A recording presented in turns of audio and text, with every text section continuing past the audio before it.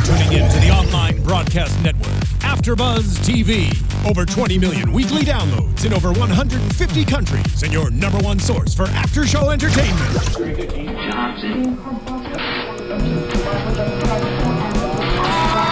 AFTERBUZZ TV, the destination for TV superfans, producing aftershows for over 300 of your favorite TV shows, interviewing celebrities and showrunners, and bringing you behind-the-scenes exclusives. All thanks to E! Entertainment's Maria Menounos, producer Kevin Undergaro, and internet leader Akaman. Now, let the buzz begin! Why are you not playing? I was gonna say, I can do it myself. Hello and welcome to a brand new episode of The Ultimate Fighter on AFTERBUZZ TV. Next to me is the Peanut Gallery, and I'm Daria Berenato. That's you have your own camera, dummy. Oh, over there. George Hermoza. Oh, there he is. And that one too, popping into my frame. And that's Mr. J Tam. Hi guys. Hello. It's out Captain. there. Oh, don't forget Alexis. You would think we were doing this show. Oh yeah, and our beautiful producer Alexis Torres. You would think we'd do this. Captain. No. El Capitan. I will never call you Captain. Octagon. Not anymore today, buddy. You would think we'd do the show at like 2 a.m. the way that you Fruit Loops act at late night. I'm Who started that? And I'm more Like of a that. Lucky Charm. In all fairness, he started that. Write that one down. I thought you were more of like a Captain Crunch. Told you my improv. Oh, that Are you sure he's not cuckoo for Cocoa Puffs? Because I can. I mean, you Captain Crunch. Because I can make it happen. We can go all day with cereal analogies, but I think you're just a Pop-Tart. I got nothing on Anyway, Nice. It's not a cereal.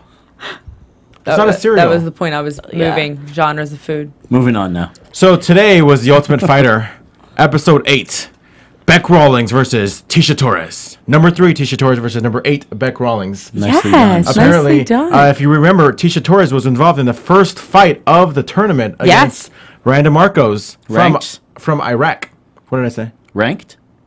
14. There you go. Number okay. 3 versus number 14. Trying to throw And now you a curve. Tisha Torres is back and now on Team Pettis. Boom! You didn't know that? Boom. Team Pettis. I She was didn't. on, she I was didn't know on any Team of this. Melendez before, but now she's on Team Pettis because Justine Quiche got hurt. And now How'd she can't get compete. hurt? What injury? Her ACL. And- Same injury that Heather Jo Clark has, which, by the way, has not returned my tweet. I still want to know if you went to Los Angeles Valley College and you were in my theater Wow. class years ago. I'm not Nicely gonna say. done. I'm not gonna say what year because I don't want to age myself. I'm really 20 something. Yeah. But anyways, Bring it back to bacon from episode 1. Yeah, or it 2, all or 1. ties in together. We Tarantino. Bring us this back, thing. baby. We Bring us Tarantino'd back. It. We started from the end. Yes. We're going back to the beginning. I'm familiar. So Tisha Torres lost, and now it's her second chance opportunity. Against who? Beck Rawlings from Australia. In Aussie, huh? Oi. Oi. Yeah, so on last week's episode, let's go recap a little bit. We saw Rose Namajunas versus Alex Chambers. Rose Namajunas won. Obviously, that was one of our favorite fights, I think, of the entire season thus far. Do you agree, boys? scrap. It was a good fight. Rose Namajunas, everyone, after seeing her on The Ultimate Fighter, everyone I've been talking to in my MMA circles has been going crazy about this girl. Well, Really? even before she had that. Cool She had clip. hype, yeah. No, but she had that cool clip of that flying armbar. Yes. Which apparently was like not two. It was 2 fights ago, right? It wasn't her last fight, but the fight before that. It was in Invicta. I don't remember. I don't Yeah, remember exactly. what But it so was. there's a lot of buzz. I mean, that's how I first saw Rose Namajunas. It wasn't on the show. It was on the Yahoo front page. Right. It was female fighter sick flying armbar. I thought maybe, okay, she pulls off some cool moves. She's a little unorthodox, but I didn't think she had that much skill. I mean, this girl is well-rounded and technical. I thought maybe she was one of those, just crazy fighters. But no, she is very, very technical. I mean, yeah, even very in the skilled. beginning of the season, everybody's saying, "Oh, who's going to be the next Ronda Rousey?"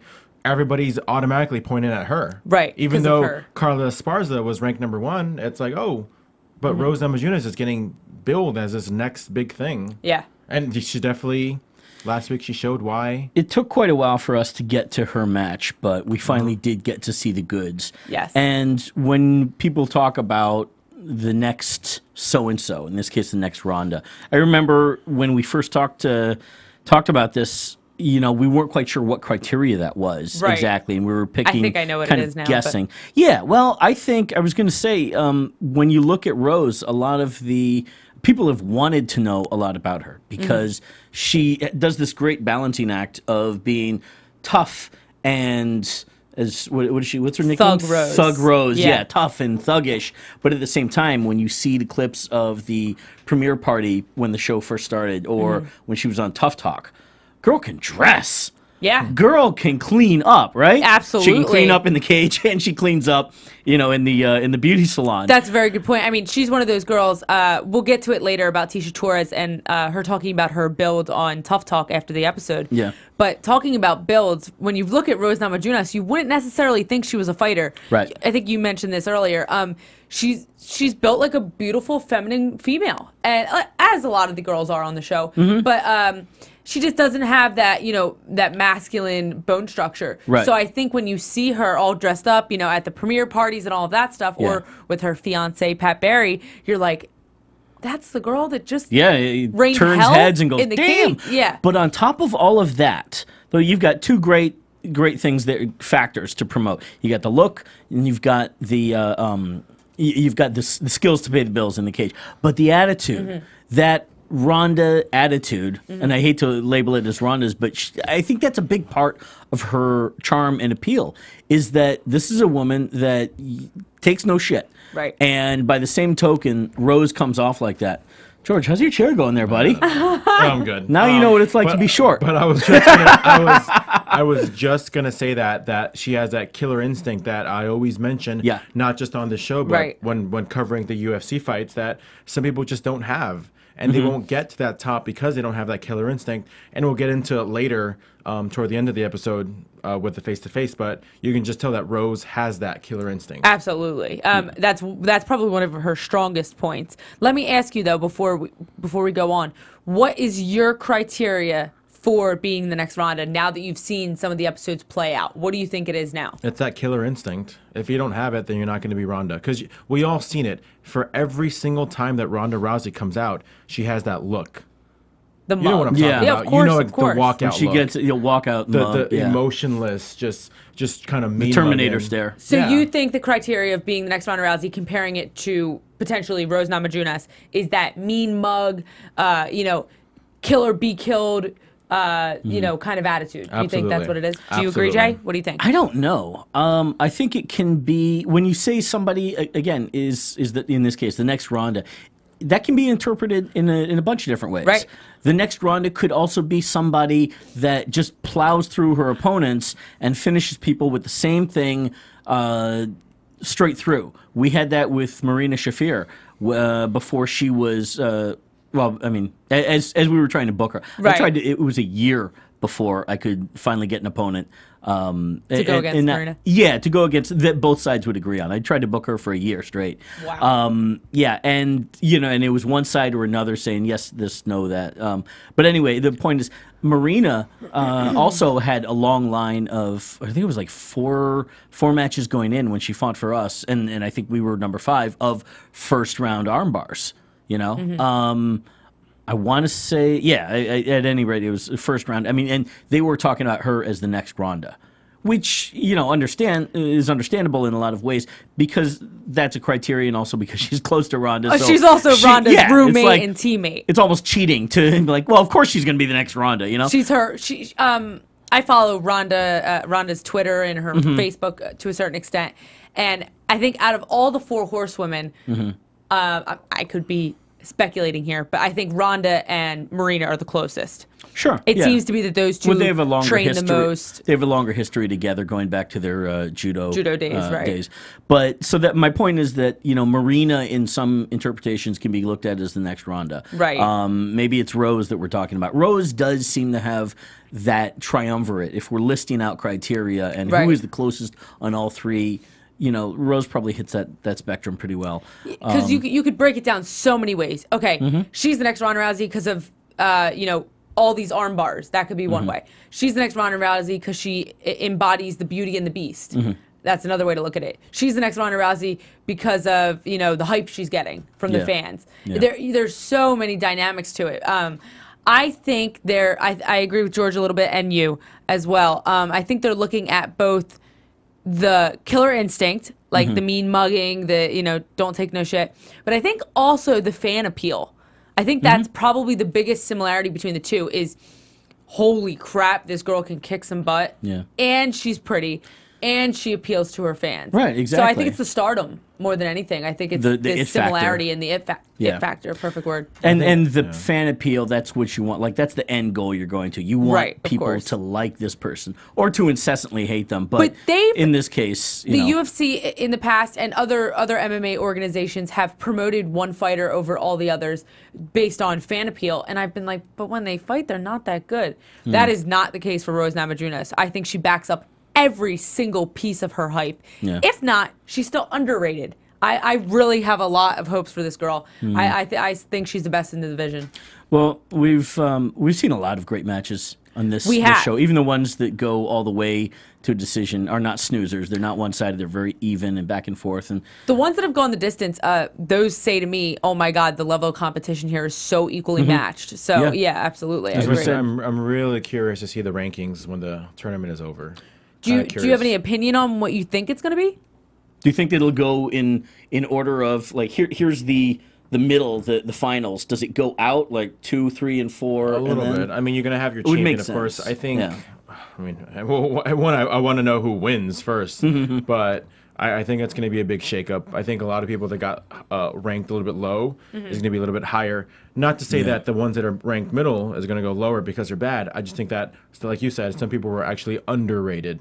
Absolutely. Like the chick from Tough Talk said, Tito Torres is like, I think Ronda Marcos was highly underrated. She should have been a lot higher than number 14. I thought that was funny that that's the first words out of her mouth, because the question that, what's her name? Karen Bryant. Karen Bryant asked Tito Torres was, who's the most overrated fighter in the house? And Tisha quickly turned around that question. Nice political dodge there. Very good political dodge. To saying, well, I think the most underrated person is Ronda Marcos, which is the girl coincidentally she lost to. Yeah. So we have to keep in mind also that these matches that we see on TV are not necessarily an even fair gauge of these women's skill, of anything, because the Ultimate Fighter experience is such an anomaly to a normal fight camp and to a regular schedule for a pro fighter competing, at this level. Right. You train for much longer.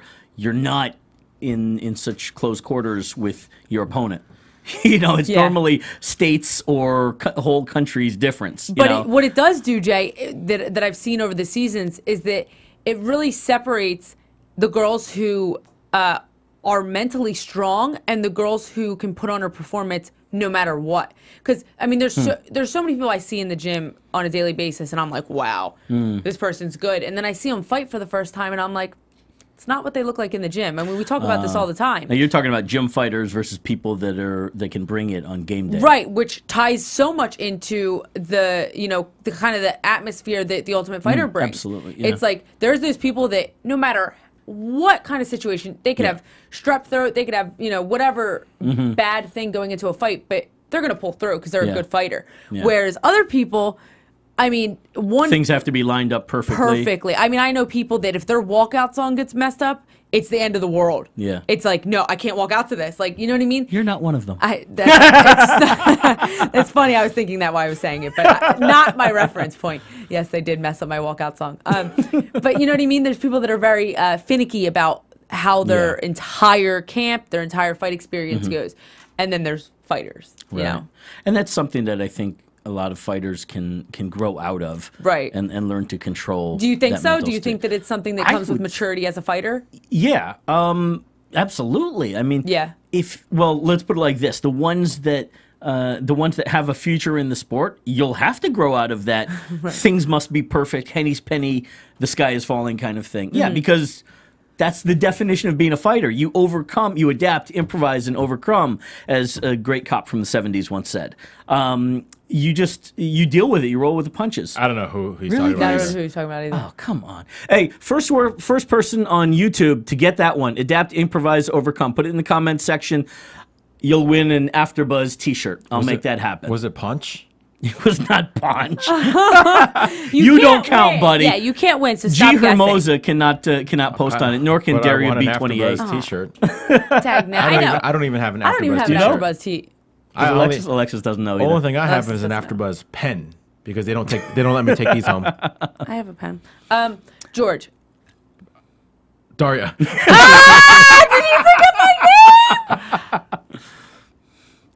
These 10 Thank p.m. you- shows are thank you- great. thank you for the We got to pizza. keep doing these, guys. Thank you for the pizza And I so bought much. them pizza. We had a pizza party before. Thank you, show. Daria. Thank you. Oh, Alexis. And Alexis gave me some of her chicken, And you had chicken, yes. and it was amazing. amazing. welcome. Thank you so much. Okay, let's get back What to was your this, question, guys. Daria? Now I forget it. You completely messed me up. Oh, okay. So Live internet. let's go. Yeah, let's go to the results first, because then I want to talk about a couple poll questions that were on Tough Talk on the bottom of the screen. Results of what? You said results, plural. Results of the fight. Of the fight. Of Yeah, the show. let's talk episode. about the results. What results are there? There's a result. Well, no, I'm sure other no, results there's tie results in. because you say the winner and then you talk about how the fight played out. So the results. Yeah, she's got you there. There are results, and the results affect other results. So who won? Boom. We're about to talk about that. Oh, my Lanta. Okay, so this week it was Beck Rawlings versus Tisha Torres, as you know. Tisha Torres won via decision. It only went 2 rounds. It didn't need to go the third. I certainly thought so. What did you guys think? I would have given Beck Rawlings the second round. Really? Into the third round. Yeah. And- I not just because of that takedown. For one thing, she should have Ronda Rousey'd her right now, because we all saw that one fight with the Ronda Rousey with the same exact move, and we all thought the same thing. Why don't you talking do about the the hip toss same takedown. thing? What? Talking Yeah. about the hip toss takedown. Yes. Yeah. that Why don't Beck you do the had same thing? But in round yet 2. she moved into a Okay, different kind of mount, which well, I thought it was kind of awkward. She but didn't land the same position that Ronda landed. Ronda landed with just a head and arm in that pocket. She landed in reverse side control. And plus, Ronda did tag her a little bit first, so it was. That's true. That She was rocked different. going down. Well, Yeah. this was this. Yeah. But anyway, what they're talking about is that Beck Rawlings hip tossed Tisha Torres, and she landed in reverse side control, which was good, but she immediately switched to the other way, and then it almost looked like she put herself in Tisha Torres' guard. I thought she did too. I'm sure she was fighting for not to. I'm sure she knows better, but it looked like she pretty Slipped easily in there. slipped right into the guard. Yeah. So I would have said stay in that first reverse side control position and work for something Maybe there. she wasn't in. I mean, it's unrealistic to say she was 5-3. You would think that she is pretty familiar with side Right, yeah, I'm control. not. It's definitely not a lack of knowledge. I think it was just in the moment. It's the way it worked Perhaps, out. yeah, But yeah. it was a beautiful toss, and I think she could have really done some nice groundwork there against Tisha. And I definitely gave her credit for that during that round. But I still gave the round to Tisha because although she took her down, she didn't gain an advantage from it. She didn't do any damage at it, and Tisha got right back to her feet and really touched her up standing up. Yeah. What I noticed that I said to you guys when we were watching it was that Tisha Torres is an amazing fighter at distance. I mean, she really knows how to pick her shots. Her movement looked like that of a very experienced Muay Thai fighter, which I know she is. I mentioned earlier, I know her mitt trainer, Steve Bruno. He's amazing. He's one of the head coaches at American Top Team that I had the pleasure of working with for about a year when I lived there. And Shout out to Steve. he's the man. What? He's Hector Lombard's trainer, and he works with all those guys at ATT. Yeah. But anyway, so yeah, her stand-up looked amazing, but it seemed like her only real weakness was when she got in the pocket or the clinch. Every time Beck Rawlings got her in the clinch, her inside dirty boxing was better than Tisha's, and she was getting clipped with those knees Right. as well. So, yeah. There was a big height difference between the two of them, and Tisha really, it's especially, I think, especially interesting, as you say, that she's good from a distance, and yet she is possibly the shortest one of the entire cast. Very good but point. she does know how to stick and move. She's very methodical, picks and chooses her Tisha shots. or Beck? Tisha, I'm Okay. talking about. But yeah, when you get somebody, when there's a big height difference in the pocket, you know, it's kind of that big dog, little dog thing where Right. just by science, this person is going to have certain leverage over, the bigger person's going to have leverage over the smaller one.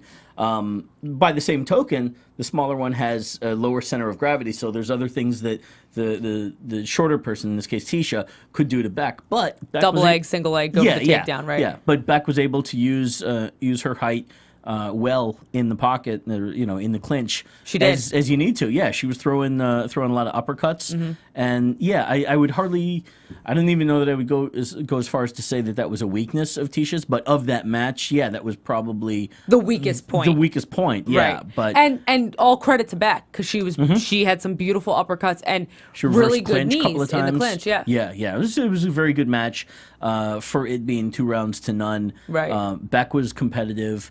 I thought there were a couple of good blitzes. Tisha was just on her game that day. And, we talked about this the past couple of episodes.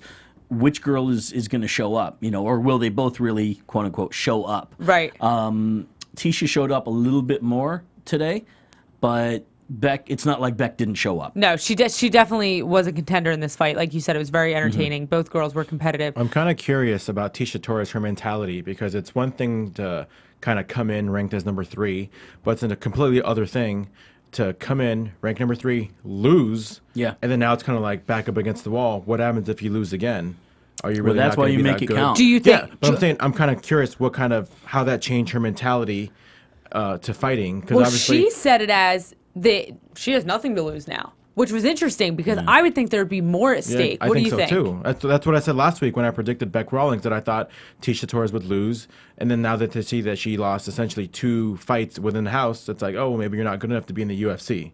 Right. Of course, now I'm wrong. I have no problem admitting that I'm wrong, but I'm just kind of curious again, the mentality that nothing to lose or maybe everything to lose. Right. So, I think there was everything to lose. If I were the fighter in that position, I would be more nervous. Yeah. Not nervous, but if you were in Tisha's position? yeah. because I mean, but it all goes back to No. that killer instinct that I mentioned earlier. It's like, did that maybe increase her instinctness toward the second fight that maybe she didn't have in the first fight? Yeah. It's a second shot, Yeah. and like the whole Eminem song, you had one chance, would you grab it? I watched the concert last night, so I saw him play that. One shot did not miss your chance to lose. Yeah, but I often think about that. I mean, it's a very it's a very strong adage that he quotes in there in the song, that you have that one shot. What are you going to do about it? What are you going to make of it? And we talk about Beck and Carla Esparza last year. Beck showed her stuff, did what she could, and took the opportunity and ran with it. By the same token, Tisha did with the second shot. Right. When you have a second shot, you grab it with both hands and you shake that bitch as much as you can. I absolutely agree. And Tisha did exactly what she needed to do to prove to everybody that she's not, a loser, and she deserves to be in the house, and she deserves to be in the top 10 or, the top 15. But what I'm saying is that knowing that, oh my God, if I lose twice on The Ultimate Fighter to girls that are significantly seated below me, this is going to look bad. That's more pressure than Beck Rawlings, who says, I'm going up against Tisha Torres. All I got to do is put on a good fight and I'm going to look good. Yeah, of course she wants to win to progress in the house. But I think Beck Rawlings kind of had in the back of her head. Did you catch what she said in the episode? She said, this would happen to me. Yeah. Oh, Beck mentioned about having to fight Tisha. Yeah, that's kind of saying, like, she's admitting that Tisha's maybe not better than her, but at least. I thought that was in reference to the fact that she has to fight a teammate, which seems to be a ridiculous thing among these this season and these cast members. Okay. Either way, the comment, that she meant it, it's still a little crazy because it's The Ultimate Fighter. Have you not watched the past 19 seasons? Crazy stuff happens. Yeah. I mean, are you talking about teammates versus teammates or just in general? Yeah, just comments. Last minute switches and rolling with the punches of The Ultimate Fighter. It's not the UFC. I mean, even the UFC, you see Hannah Brown out last minute, and Joe Soto, Mr. First Timer in the UFC, had to go against TJ Dillashaw. Yep, stuff happens. Stuff happens in this sport. You gotta roll with the punches, guys. If you're gonna fight in the UFC, if you're gonna make it there, if you're gonna try, accept stuff happens. You will fight your friends. Yeah. Sometimes you'll lose that friendship. Sometimes you won't. Other times it'll take a lot longer to get over. You will fight your friends. You will not necessarily get the money you're expecting to get. Sponsors will drop you for reasons that you don't know. You'll say some stupid stuff on Twitter, and then you'll regret it, but the damage may be done at that point already. So just accept that stuff happens. Yeah. And it will affect your fight career. It's very interesting the way that this world works, and I'm just figuring it all out myself as I go. Yeah. Jay's been a big inspiration on that because you've been in this MMA world a lot longer than I have, and George as well. But it's a market at the end of the day. You've trained It's a the same business. amount as her, haven't you? Yeah. I took jujitsu. Did you really? When I was 8. There Did you really? go. So he's been training way before me. Well, and then 8 1/4 came, and then he stopped. Pretty much. There was a long hiatus after Yeah. that. And then I discovered WWE and professional wrestling. You discovered the fake No, stuff. I was a fan since I was 5. Really? Were you a fan from the beginning? Yeah. Yeah. And I was a fan from I think I said it on the show, where I was a fan of UFC just because I saw a wrestler on a UFC commercial, like early on. What do you mean? Like in one of the early UFCs, there was a professional wrestler named Ludwig Borga. Uh-huh. So I was like, oh my God, he's going to be, wait, what is this, UFC? You mean they fight for real? Wait, you mean they don't? Oh, so you my were God. a wrestling fan before? Yeah, the I was a UFC. wrestling fan since I was like 5. Okay. I'm saying like UFC was like the only reason why I even saw it to begin with, because there was a professional wrestler fighting for the UFC. So that's what kind of appealed me to that. Wow. You want a funny trivia story? I'm going to sidetrack this whole thing a little bit for just a brief moment. Ludwig Borga, a.k.a. real name Tony Jaume, who was booked, in fact, by Mr. Art Davie, whom, by the way, is enjoying, hopefully, a very nice single malts and, I believe, a Macanudo cigar with his steak tonight. UFC can drink now.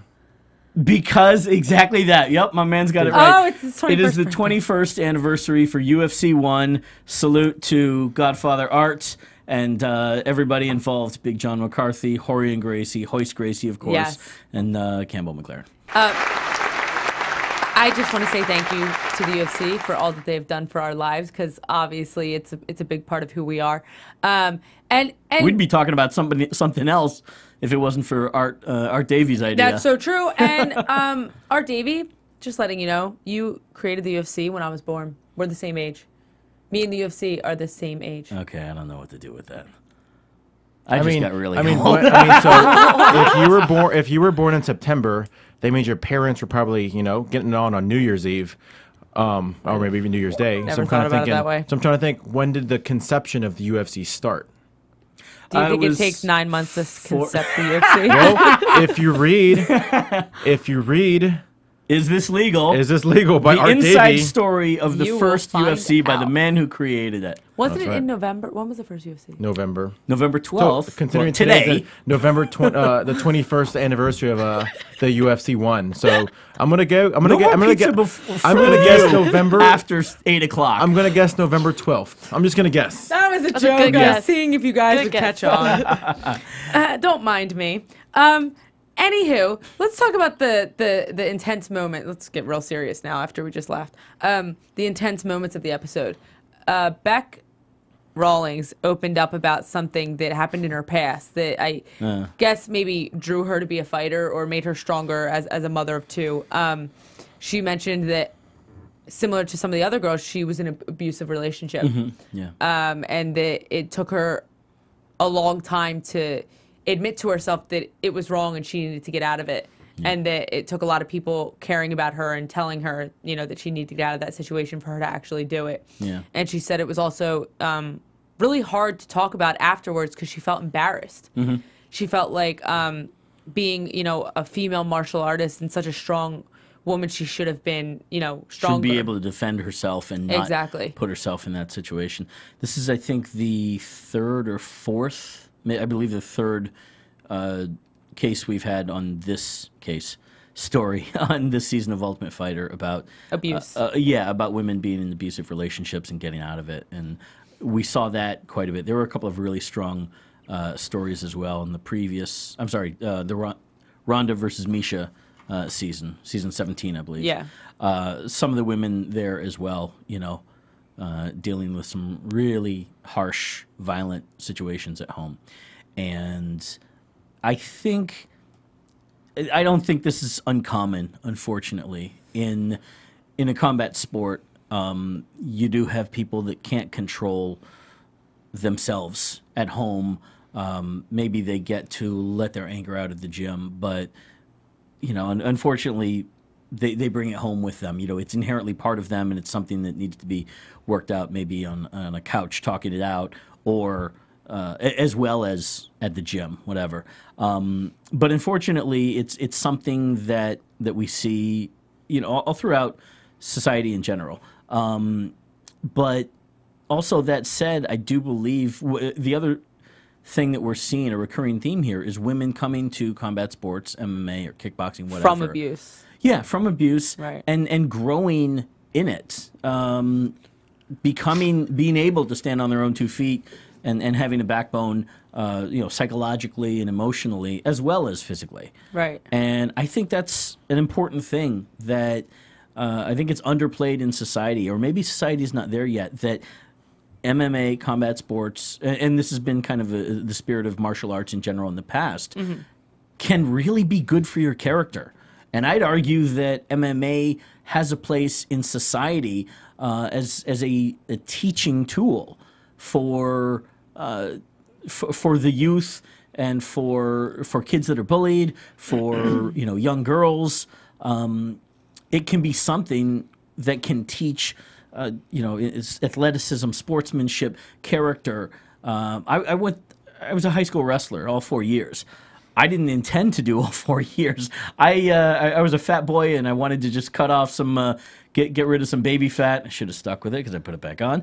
But separate to that, it was the best 4 years. I'm so glad that I had that 4 years. And I sucked. I don't think I even wrestled a match my first year. And the other 3 years, I barely was over the 500 mark. That's including the forfeits because the other guy didn't show up. So I was a horrible wrestler, okay? But it instilled in me a certain character and belief in self. At a time that I didn't have any friends, or very few. I mean, the only guys that I would consider friends I knew through the wrestling team. Right. And, I was a loner, but it taught me to be able to stand on my own 2 feet and be my own guy, whether there were people around me to support me or not. And by the same token, that is something that MMA can bring to society. That's how I got into fighting. Yeah? Yeah, I was in an abusive relationship, and oh shit! I'm glad my story went first because otherwise you would have just stolen it, and I would have had nothing. Go. No. It was mostly just because the fact that he wasn't a fighter, but he was just a bigger guy. So it just ended up being that even though I had martial arts training when I was younger, it just kind of, in my brain, it was kind of like, I can't tell anybody, but at the same time, if I fight back, what does that causes mean? bigger problems? Yeah, it causes more arguments, and I didn't know what to do with that. So, I had a really great, he was a 6th-degree black belt in Tung Sudo, and he was just like, you know what? Who cares? You should still train, and if he does anything, you should report it, and you should talk to somebody and do what you need to do. So we obviously broke up, and there was other drama that I would rather not get into. But when I went to college, like what? Tell us about it. I'm just kidding. I was like, but the great thing was that when I went to college and I started teaching a self-defense class in downtown San Francisco, more girls started to do the same thing. They told me that they were in abusive relationships or they were bullied throughout school or anything like that. And then eventually they just became confident. And then I became confident, and then our testimonials kind of just stretched from there. I mean, the important thing is that there are ways to overcome it. That it's not, you shouldn't let it hold you down. That it is a serious factor in society that shouldn't be happening. But again, there are ways to overcome it, to turn that negative into a positive. Yeah. I couldn't agree more. Both of your stories are, I think, so helpful to people watching that are in these situations. It doesn't happen to the weak. I think that's something that's maybe a stereotype on people that get abused, is that they're weak. And that's why, predators prey on them. I think abuse victims sometimes are just put in situations they don't expect, and bad comes from it. So I don't want people in that situation, like Beck Rawlings mentioned, she felt weak. Yeah. You're not weak. Yeah. You're in a scenario. Caught off guard. You were caught off guard, and you're in a scenario that, you shouldn't be in, and you need to talk to people. I think it's important that people out there know that it's okay to talk about it. I love when public figures come forward with their stories. Not to create some sort of media scrum, but to tell women out there, I just shared it, on the news. You can share it with a friend or a teacher or a counselor or a mom, you know what I mean? Anybody, just to help. And martial arts, if not anything else, is unity. I've never been part of a gym, a martial arts gym, that didn't have that unified spirit. Anybody at any time would help you out. It's like, you know, you go out to eat after and you become best friends with the people you train with because you're literally sweating, bleeding, and punching each other in the face all day. There's no better unity than in a martial arts gym. And I think that what you said about the maturity and the character building that it has is so accurate. I've actually had these conversations with people. They go, you know, where'd you get this sort of attitude from? And they, you know, and they wonder because you know, you are a Jersey girl. I am a Jersey girl, but more so the, you know, I guess the maturity at my age. You know, I was 16 when I started doing it, and they wonder where I get it from. And I was like, you know, I do martial arts, and like, oh, that's it. So I think people, I think you're right. People do see it as, you know, a character building thing. And I know when I have kids, if I have kids, I will definitely start them in martial arts from a young age. Oh yeah. It's just not only self-defense. I mean, that's the most obvious factor, that they can defend themselves, you know, if harm comes their way. But more so the character building, like you said, working with other kids, seeing the humility in martial arts, that it's okay to get, you know, I know it sounds crazy, but you guys who do martial arts get it. It's okay to get hit in the face. You know, it's okay to lose. It's okay to overcome. When it's in competition, not at home. Yeah, that's different. That's a very Let's good clarify. point. Let's not get out the mattresses and the bunk beds and start doing, you know. Well, no, I don't mind that part. I mean, we did pro wrestling as kids. You know, that'll happen. But no, I mean, obviously people are getting the point of the conversation, I think. But to say it's okay to get punched in the face when you're training and when there's mutual respect. I did not mean it like that. And limitations and control. Even like jiu-jitsu, getting submitted, I should say. You know, it might sound a lot less vulgar, but just feeling that defeat, especially in practice. I think a lot of young people, males especially, I'm going to say, have trouble with losing. You know, you see kids, they lose their first football game or soccer game or t-ball match and they cry, and, you know, and that's normal, you know. But I think martial arts teaches you a certain humility in it. I mean, that's one of the main factors of martial arts. You learn how to lose and you learn how to get hit and hit back. Yeah. You know, type of mindset. But anyway, I'm glad we talked about that.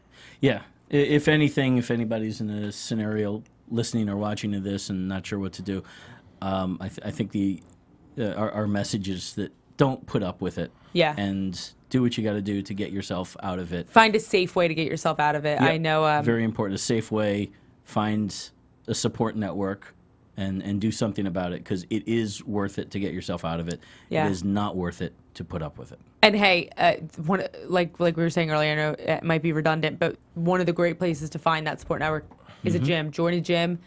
Start to get to know people. Talk to them. Share your story. Yeah. And I guarantee you'll find someone that can help you out there. Yeah.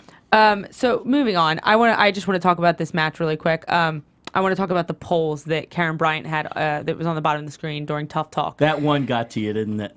What? So, okay, guys, I could see what was the question? All right, all right, let me tell you the question. Who won the fight was the first poll question at the bottom of the screen. Beck, Tisha. Fans' opinion. Fans' opinion. People, you know, vote online, whatever you guys do. You know, maybe some of our fans were voting. What the hell? I do not understand this at all. Okay, I could see, well, I'll tell you the answer in a minute, but I could see Beck Rawlings maybe winning the second round, it being close, maybe winning it. The first round? Are you guys crazy? So the poll was who won the fight. Right. It was fluttering up and down. We only went 2 rounds. We didn't need to go to a third. No. And the fans, 56% said Beck Rawlings. What are you watching? They might have gotten the names mixed up. I freaking hope so. George, help me out here. What were they watching? Do that again. You look so precious. 56%! I just What are you watching? Those numbers really did not make any sense. They it was didn't. 30-something for Tisha, 56 for It was going Beck. up and down, yeah. And then there was Herb Dean's icon, which said it should have gone to a third round, indicating it was a tie 1-1. Which, that's fine. I would have rather 99% say... what was that, about 13 or so? It was 12. Yeah, it was 12% that said it should have gone to third round. Okay. Take that 56% that said Beck Rawlings won. Please help yourselves and put it over to the little icon of Herb Dean and say it should have gone to third round. Because whoever saw the first round and thought that Beck Rawlings won, Yeah. I don't think you should be watching martial arts. I'm going to say it. It really bothered me. Tisha really stood out with her striking in the first one. And again, to be fair, we did say, Beck didn't... Beck wasn't necessarily losing or having a bad performance in the first round, but Tisha was having a better first round, to be sure. The first round was a slam dunk. Once again, Beck didn't do bad, but Tisha definitively won the first round. Second round, once again, I could see it being close. I still give it to Tisha, personal opinion, but I could see it being Beck close. had the takedown, at least. Yeah, Beck did have a takedown. But to give Beck both rounds, 56% of the viewers, MMA fans, come on! Don't make Mama mad. Don't make Mama mad. This is the Jersey Devil we're talking about here, guys. Study better. And then let's go to the other poll. I was much more in agreement with. It was who was I don't know how they phrased it. Who was more in the wrong in the house as far as the bullying the went? Mean Girls thing. Yeah. Yeah. The scrap-ettes or the chop-ettes? Scrap-ettes. Scrap-ettes. Scrap-ettes. Scrap-ettes. Yes, Scrap-ettes. Alexis Torres, Scrap-ettes. you are in agreement with 70% of America, which I don't know what the other percent of you thought, but the scrap-ettes was Angela Magana, Beck Rawlings, those girls. Angela Beck, Angela Hill, Angela Magana, Beck, and Rose. The chop-ettes. They were booing at Tisha. Yeah. That was that was kind of... that was Beck Rawlings said on Tough bullshit. Talk that they were booing the judges. Not were they? Tisha. Well, it doesn't matter. They shouldn't be booing Either You way. don't boo a decision that was pretty clear-cut. I mean, George will agree that Joe stood apparently up. America doesn't think it's and, clear-cut. Yeah, like Joe stood up and was just like, "Why are you booing? Like it's a decision. Like be professional. Yeah. Like, these We're are professional fighters. Yeah, exactly." And I was just like, But let's talk about this whole... this whole drama. We finally got gotten our to drama. the point. We We got finally what we got the asked drama. for. We've got about 5 episodes left of this whole thing, and I think this is what we're going to see, especially now that Tisha has gone forward. Although, to be fair, now that Tisha's gone forward, of the, let's see here, of the 8 fighters left in the tournament, Yes. and this I'll bring it back to our drama storyline. Only one of them, Rose, is Team Melendez. Right. This team versus team thing through the quarterfinals is I'm going to make up a word. It's a wicked trouncing of... "What a great word." Thank you. That's a great word. Key it out. Hashtag trouncing. As Dennis Miller would say, stomp like a narc at a biker rally. Wow. But what is it? 1, 2, 3, 4, 5, 6. I should know this easily. 7 to 1 1. minus 8 minus 1 is 7. So yeah, 7 to Good 1. job. Jay can do math. 7 to 1. We haven't seen this since Ultimate Fighter 4, the comeback season. Yeah. To be fair, Gilbert Melendez technically had Tisha Torres, but not at the time of her win. Yeah, So exactly, yeah. it goes to Pettis. But So the thing is, though, now the drama we're going to see over the next 2 or 3 weeks here, or the 5 left, is the drama of Pettis versus Pettis. Those fighters. Right. Now, is that going to play to the same extent that of drama that we've seen with Team Melendez, which has turned into this cliquey Mean Girls thing, which is the point of what we're I don't getting think so. to. No? Because that was all Team Melendez, wasn't it? It was all Team Melendez. Yeah. That's a good point. But look at who's fighting. Felice Herrig, Randa Marcos. Have you ever seen the two of them talk? No, but we've only Okay. watched for 1 hour per week. But they obviously don't have an immense chemistry with each other because we would have seen them clicking. Right. Ashley Daly, Jessica Penne. Have we ever seen them? No. Okay. Carla Esparza, Tisha Torres. Clearly they have feuds. That might be a spicy one. JoJo and Rose. There's no fighting Well, except there. for that- They had a that nice end stare there. down Yeah. at the face That's off. going to be intense on a professional level. I just love that the coaches had to bail had them to pull out. them apart. I've never seen that Come on, before. girls. I've never Come seen on. that just stare down. They were both just had that. I'm not going to look away first. I'm not going to. I think look away JoJo first. actually said that. I never look away Yeah. first. Yeah. I love that, JoJo. You're so saucy. Yeah. I want to rank them. Rank them in terms of what? Ooh. Winning and who's going to be Oh, you do rankings of the 8 in here? the final 8. Yeah. Okay, so we probably shouldn't do that on live internet, however, Why? because we're going to be sitting here talking. It makes for bad TV or bad internet. Trust me, I've heard other podcasts that do that, and it's bad enough to listen to them, let alone the good people watching. Oh, I us already here have on it in my YouTube. head. I know how I want it. Okay. Well, look, I'll this post whole it on the YouTube comment. I'll comment on our YouTube link, and I'll tell you who I That'd be think nice. the rankings are. So what do you make about this whole thing about getting kicked out of the room? Tisha now, I think that's really interesting, especially, I'm taking it back to the beginning of the show, Yeah. but the storyline about Beck and, Beck and the Scrapettes Yeah. wanting Heather and Tisha, So- the so-called Chumpettes, The Chumpets. kicked out of the room because Beck didn't want to look at Tisha. No, Beck I'm sure said, she's not going to want to look at her even more now. Good point. But Beck said on Tough Talk that it had nothing to do with her fighting Tisha Torres and wanting Tisha out of the room. Her defense on Tough Talk, though she was sitting on the couch next to Tisha, was that she mainly wanted Heather out of the room, and that the best way to get Heather out of the room was to kick them both out and say that we wanted both of you out.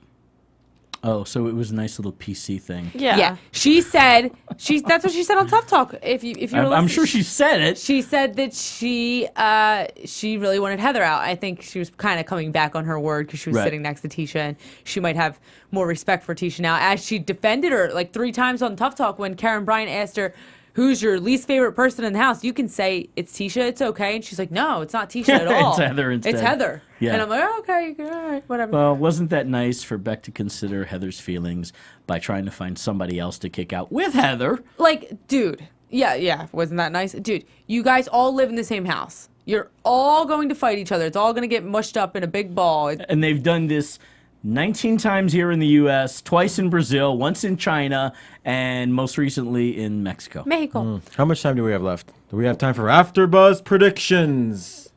We have 2 minutes, so let's do it. And now, your AfterBuzz TV predictions. What fight is next week, first off? 2. Well, there's 2. We're going into the semifinals For sure now. there's 2?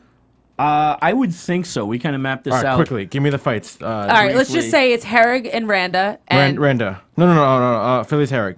Go. Felice Herrig I'm and gonna say Randa Randa. Marcos. You guys are going Randa? We sweep got up the lightning round, floor. baby. We got to do lightning Randa round. Marcos. You can't be Yeah, thinking Randa. about No it. brainer, no lightning brainer. round. All right, All right, quick. go, I'll Jay. pick Randa I'll as take well. Felice. Yep. Next. Ash Bash Daly versus Jessica Penne. Jessica Penne. Ash the Bash. Ash the best. Jessica Penne. Ash the Bash. Jessica. Next. Carla and Tisha. Carla. Next. Oh, Carla. Carla. That's a toss-up. I have a tough time with that one. I think the don't next know. one's a toss-up. Rose versus JoJo. That one I don't know. That one I don't know. Rose. Rose. Rose it is is. I'm gonna have to fresher go in with my hoping head. with Joe. I'm going to have to go with Hoping Joanne. yeah. like a Rose. Rose is fresher And it in my has head. nothing to do with Joanne thinking that I because I love her. She's got some nice legs. But She got a nice I'm just going to say JoJo just because you said Rose. Oh, you're We can't all agree. You're a bully. We can't all agree. Yeah, all agree. you can That have makes your for opinion. boring TV. That's fine. That's fine. Yeah, Rose and Carla are my top 2 contenders. I would love to see Tisha Torres win. I would like to see her. I just like to see them fight. That's going to be a badass fight. You have We're gonna Tisha get Torres that. with her wicked Muay Thai, and then you have Carla Esparza with her amazing wrestling, but still some good stand-up. So I think it's going to be a good fight. I believe next week will be the first 2, Felice and Randa. Yeah, I think you're right. And Ash versus Jessica, and then the following week, 2 weeks from today, would be Carla and Tisha, and Rose and JoJo. From there, we will have 2. What will we have? That's our. We'll be into the semifinals there, and that'll be 2 matches, so 2 weeks there. That'll fill up 12, and then the finale, just less than a month away on Fox. December 12th. Fox Sports. Almost all the girls are fighting on the finale. Most of them. Have none of them have been announced yet, have they? No. No, Right. of course not. I guess they can't. The matches are probably booked. Yeah, they are. Okay. Everyone's cutting weight Yeah, right now. sure. You see on their Twitters and their Facebooks. Oh, They're okay. all like getting ready. Right. Anyway, we're wrapping up here, guys. Here's the music. J-Tam, what do you got to say? JTAN716, Instagram, Twitter, Facebook, Godfather Art. I salute you, sir. Alexis? Oh, okay. My Yeah, that's turn. right. You can find me on atorres890 on Twitter and Instagram. I am so close to 100 Twitter followers. Woo! At G Hermoza, GHERMOZA. I'm like 10 away.